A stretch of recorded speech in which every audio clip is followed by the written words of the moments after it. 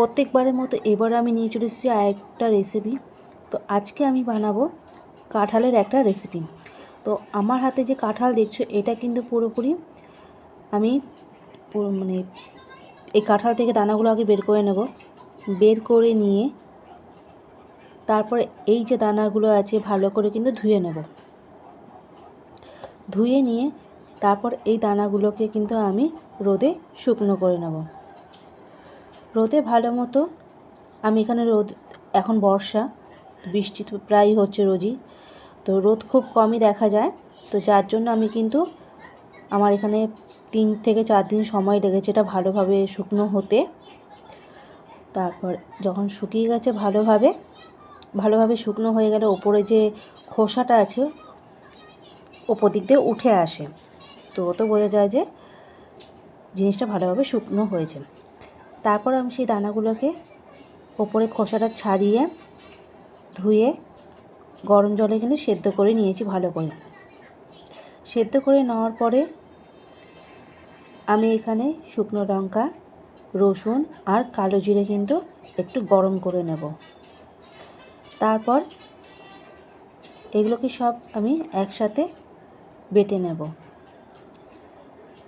ভালো করে এইটাকে বেটে নিতে হবে।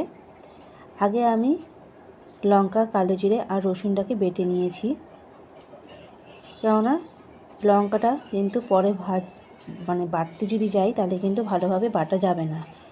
কাঁঠালের দানা একটু নরম আছে, তার জন্য কিন্তু ওটা শুকনো লঙ্কা ভালোভাবে বাটা যাবে না বলে আমি আগে শুকনো লঙ্কা, কালো জিরে বেটে নিয়েছি। তারপর আমি কাঁঠালের দানাগুলো একই সাথে বাটবো, কিন্তু একটু আগে পরে।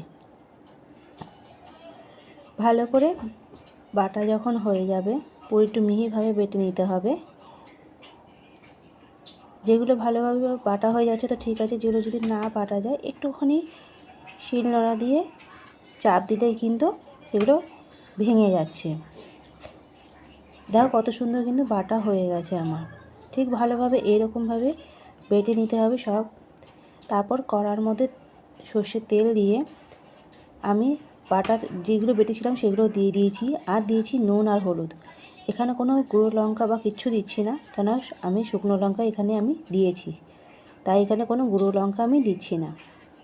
ভালো করে তেলের মধ্যে নেড়ে চেড়ে, এটা কিন্তু গরম ভাতে খেতে অসাধারণ লাগে। এটা খুব পুরনো একটা রেসিপি, আমার মা ঠাকুমারা তারা আগে বানাতো।